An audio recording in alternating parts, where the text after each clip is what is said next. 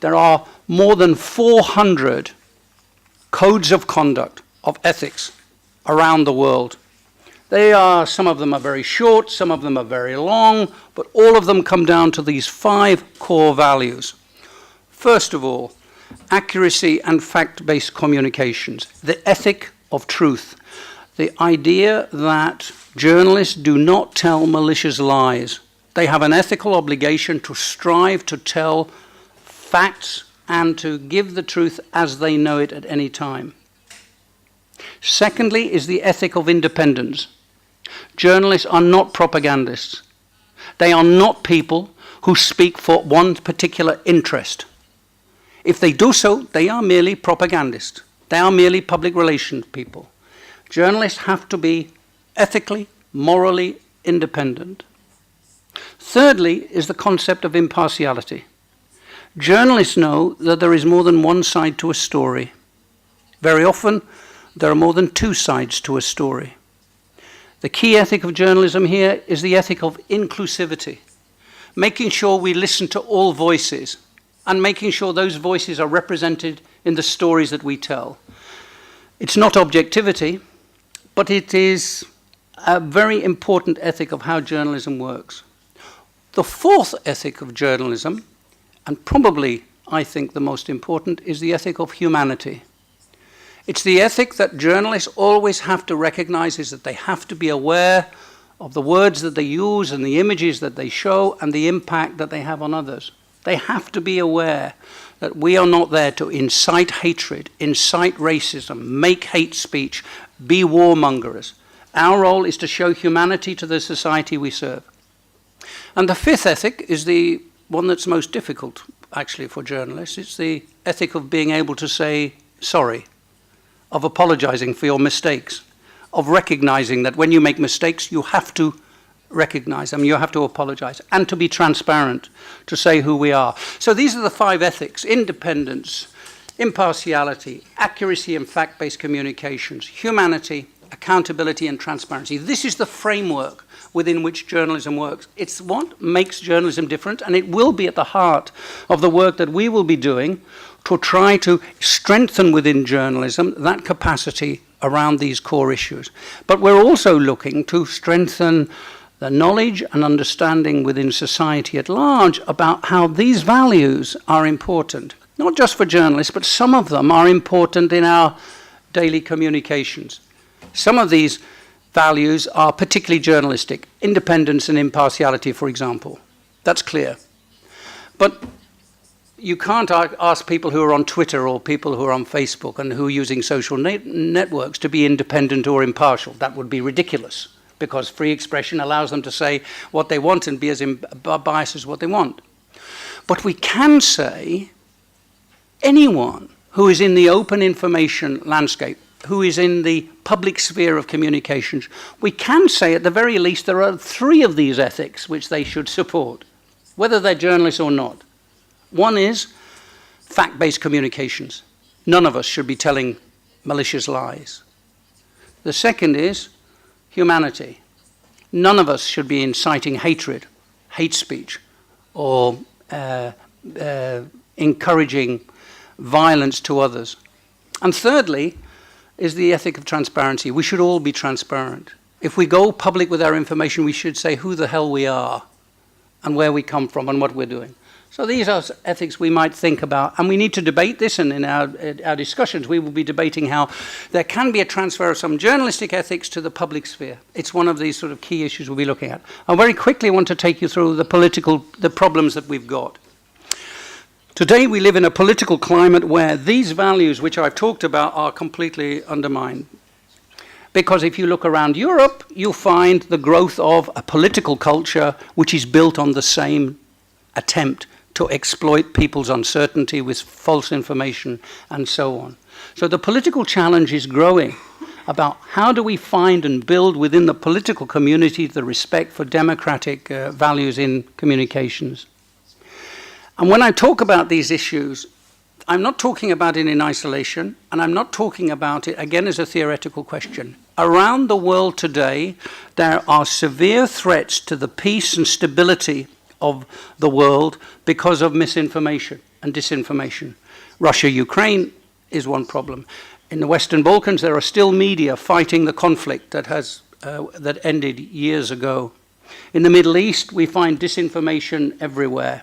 In East Asia, China, Japan, and Korea, there is fake news, warmongering going on. In Africa, again, fake news and disinformation is being used. In South Asia and so on.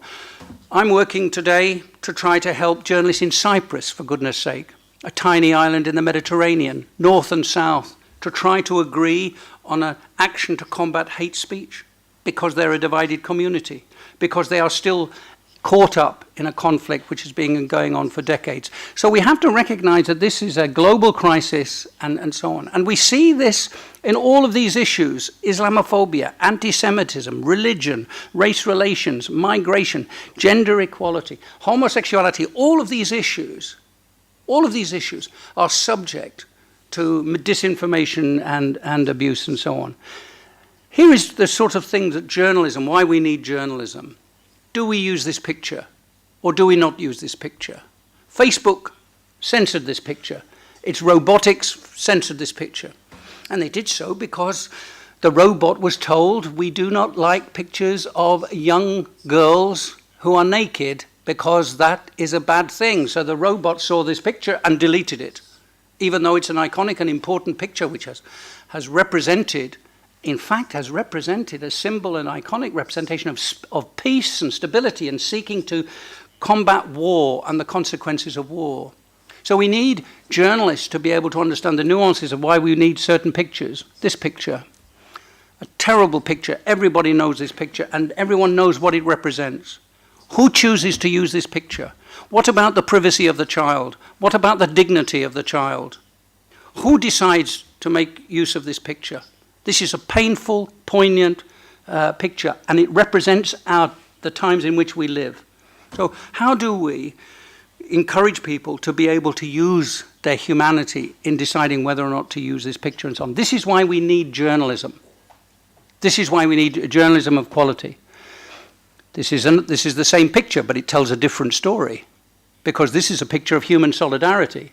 This is a picture of empathy, whereas before the earlier picture is a picture just of victimhood. Another picture, a terrible picture of violence. Should this picture ever be used? This is a picture which is the closest representation to death that you're ever likely to see. You can see the bullet coming out of this man's head. Should this picture be used? Who decides whether this picture should be used? Unless you have sentient journalists, people who understand the context in which images and ideas and words are to be used, we are not going to be able to understand why pictures like this picture became an incredibly important picture which contributed to a public debate which ended the Vietnam War. So it was an important picture. And the decision to use it by the Washington Post and the New York Times was very controversial. But the question is, what is the public interest? Who decides on these questions? Can you leave this to a robot? Can you leave this to some others? You need sentient, moral human beings to make these decisions. That's why these issues are really important, and this one, of course. Again, another picture. The other picture I show you, this picture, that's a picture taken by a journalist. This picture, not taken by a journalist. This is a picture taken by a propagandist. This is a picture taken by someone who wants to convey a straightforward message of hate, to inspire fear into the community at large, and to, through this image of power and strength, to inspire young people who are alienated in their societies and so on. So how do we make the distinction between these things? This is why, in a world in which we are driven by images constantly, in which our emotions are constantly built up and exploited, we need to have journalists able to be able to make these decisions and so on. So what can we do? Here are the issues which I hope will be at the heart of our project. We want to strengthen journalism, and we want to strengthen editorial independence. We want to encourage within society a challenge to fact-free, abusive and intolerant communications. So we want to clean up the information landscape, and we want to promote responsible communications. And we want to build respect in public sphere for ethics, journalism, and communication values. So how do we prepare for the future of journalism? Here are 4 or 5 things which are essential.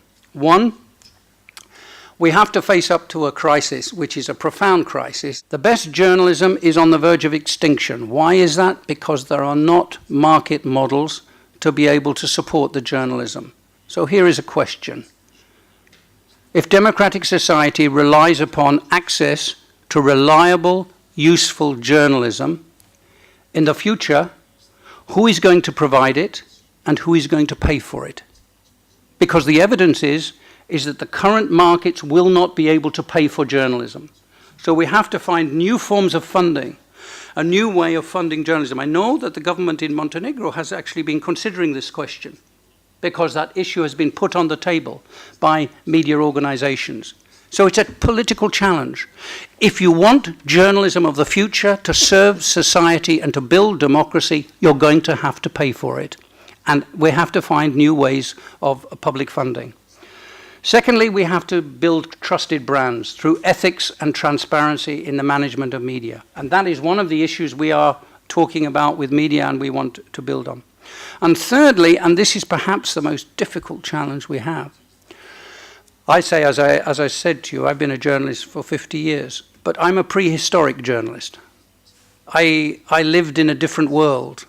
In my world, I used pens and notebooks, and it was a very easy world.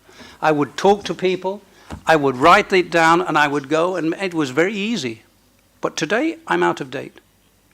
Today, you cannot be a journalist unless you understand the way the world of technology works. You need to be able to encode. You need to understand big data. You need to understand how to make an algorithm. You need to understand how bots work. You need to be able to be part of that system for the creation and delivery of information in a virtual way, which has changed everything the way we do. So, do we have in our newsrooms the understanding of using artificial intelligence and technological tools, and most importantly, do we have an ethical understanding of how we use these tools and so on? Because today, people can hack into your private email accounts. People can hack into your lives and target you with information and so on. What are the ethics of that? How do we develop that? So, in preparing for the future, we have to point to the need for more investment in journalism, in use of technology, and understanding the use of technology for the future. 4 other things which are important are to engage the audience. The audience now, as I said, is part of the process, but we need to make the audience part of the process in an ethical framework. We have to encourage new journalism, which is rethinking language and context for framing stories. We need to also have what I would call constructive and positive journalism. Journalism must not only be about telling how bad the world is. We also have to give direction to solutions, the way we can positively address crisis.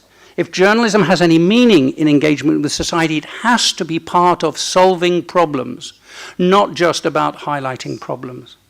And we need public alliances to defend pluralism. And one of the issues that we'll be looking at in our program is how do we build these public alliances between media and journalists and so on.